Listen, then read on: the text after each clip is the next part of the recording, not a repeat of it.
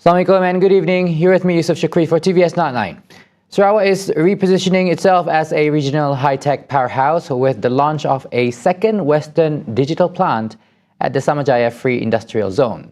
The expansion introduces revolutionary glass substrate manufacturing to the state, an advanced storage innovation engineered to operate under intense thermal conditions and reshape the global data ecosystem. Premier Datuk Petinggi Tan Sri ABANG JOHARI Tunapeng says the multinational investment underlines the region's shift toward knowledge-based industries. Dulu kita adakan apa disebut sebagai dalam teknologi ini iaitu disk drive, dan sekarang sudah berubah dan sekarang kita mengeluarkan Western Digital satu storage data yang terkini. Dan tadi kita telah diberi penghormatan untuk melancarkan fasiliti baru yang akan mengeluarkan the latest teknologi iaitu substrate glass. Dan ini adalah satu-satunya teknologi yang boleh menyimpan data dalam keadaan yang suhu yang tinggi. Jadi ini I was informed that the world latest technology dalam dunia data storage.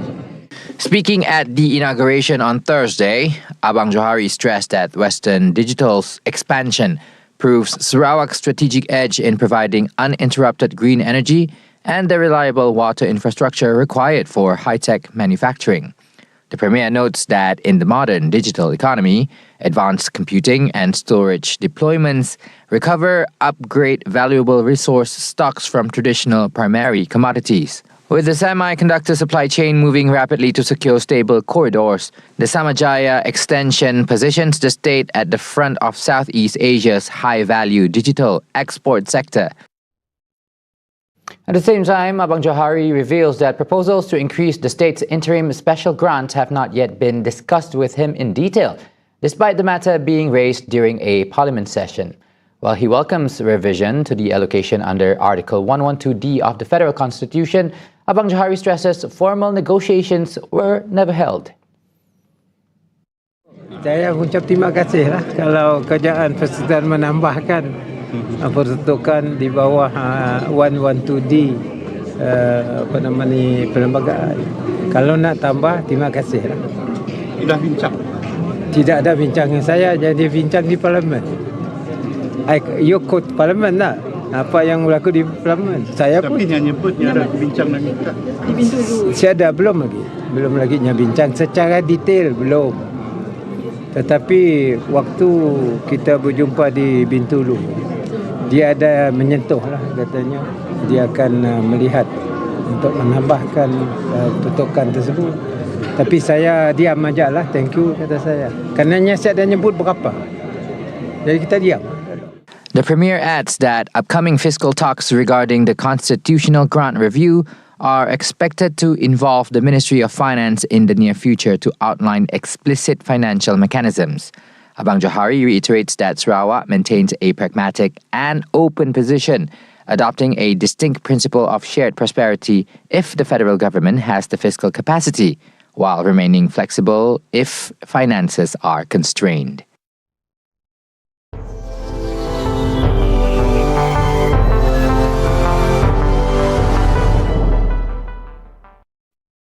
All right, tensions in West Asia face a major turning point as indirect talks between the US and Iran conclude with signs of positive progress in Doha.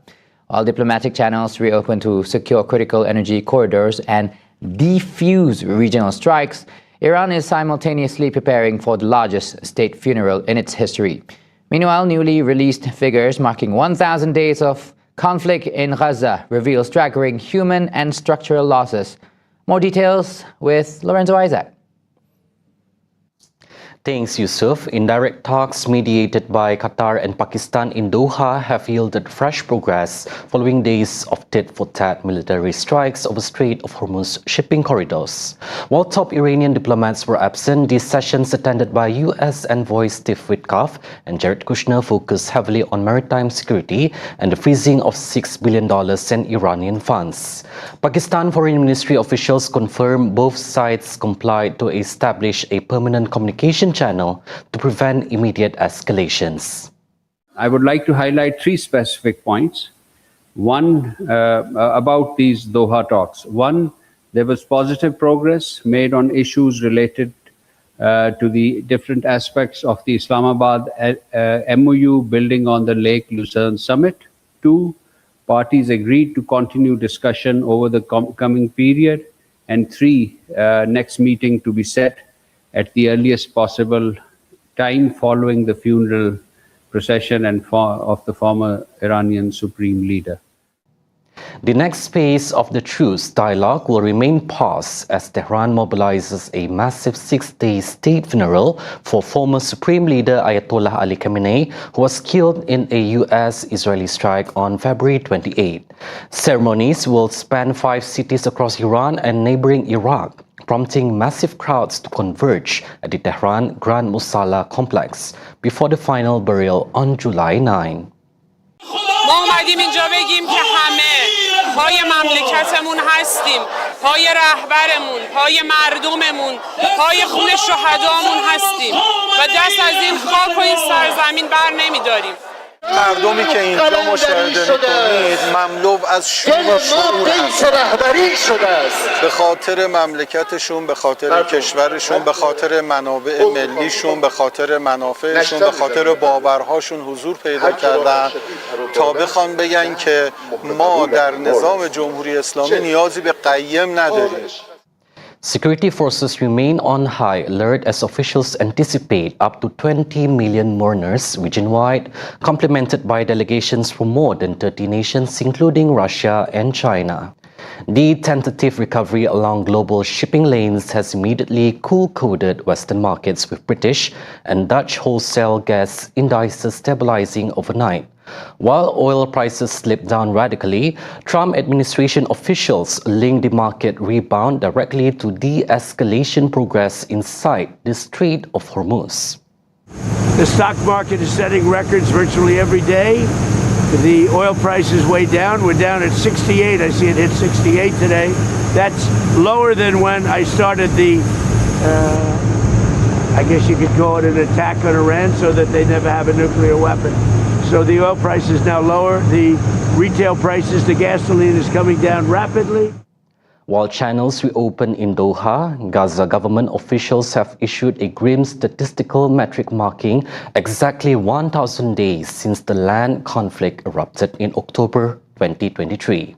The comprehensive outline states more than 90% of structural inventory has been obliterated, accompanied by more than 73,066 Palestinian fatalities, including over 21,500 children.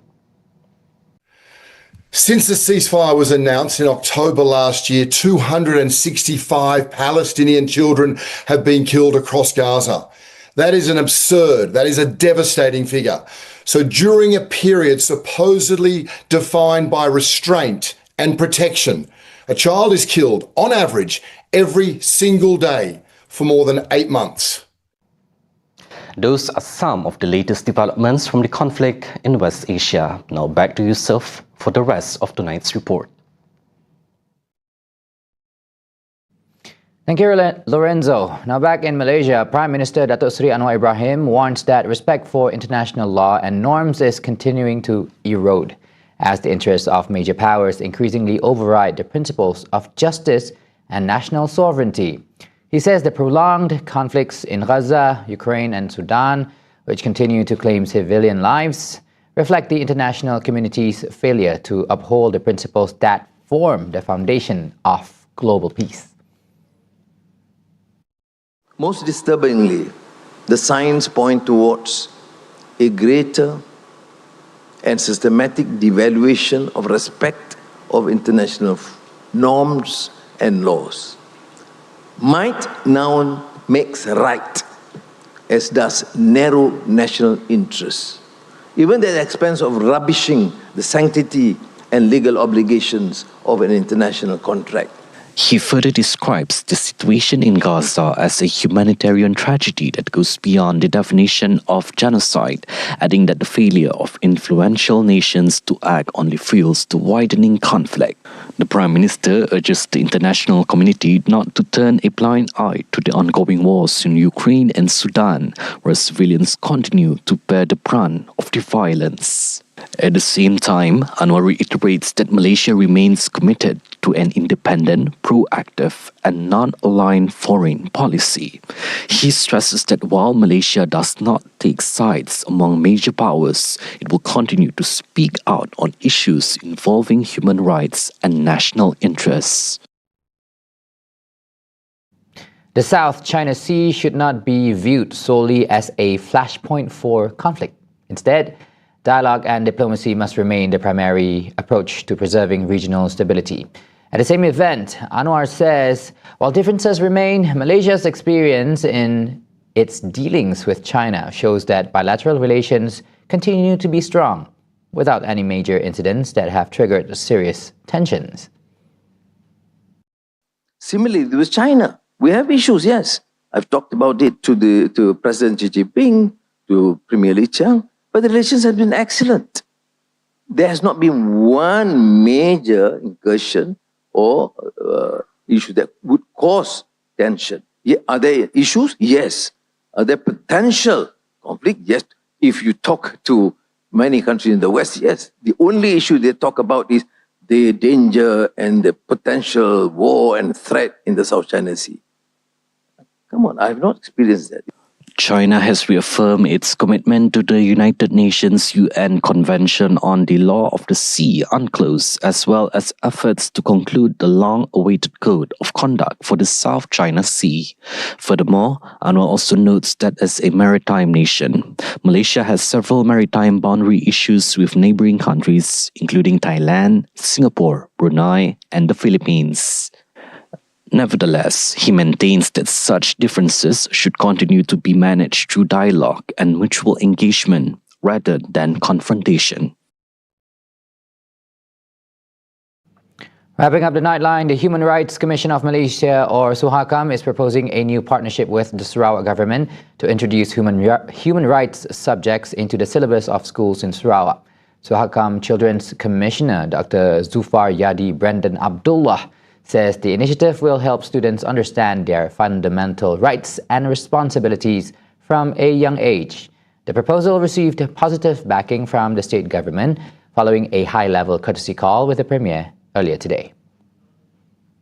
Kita ingin berkolaborasi dengan kerajaan Sarawak dalam konteks untuk menjalankan program hak asasi manusia di sekolah, supaya kanak-kanak kita daripada kecil dapat memahami hak asasi dan juga tanggungjawab mereka sebagai kanak-kanak, dan apabila mereka besar kelak, mereka akan dapat menilai tanggungjawab dan juga hak yang ada. Dan seterusnya, yang terakhir adalah untuk kita mengendalikan program dengan pihak belia, contohnya dengan pihak sebekas dan pihak belia yang lain. Speaking to the press at Complex Satria Pertiwi today, the Commissioner emphasized that SUHAKAM also proposed competency training for frontline officers who deal directly with children. This includes the police, the immigration department, healthcare workers, the prison department, and the welfare department. The training is critical to ensure agencies understand appropriate approaches when handling minors, specifically those in conflict with the law. Additionally, Zufar stated that SUHAKAM proposed briefing sessions for state lawmakers, ministries, departments, and the civil service regarding international human rights instruments ratified by Malaysia. These include the Convention on the Rights of the Child, the Convention on the Elimination of All Forms of Discrimination Against Women, and the Convention on the Rights of Persons with Disabilities. SUHAKAM also hopes to partner with the Sarawak government to implement rights literacy programs for senior citizens, as Sarawak is expected to officially become an aging state by 2028. I'm Yusuf Shukri. Thank you for watching. Good night and Assalamualaikum.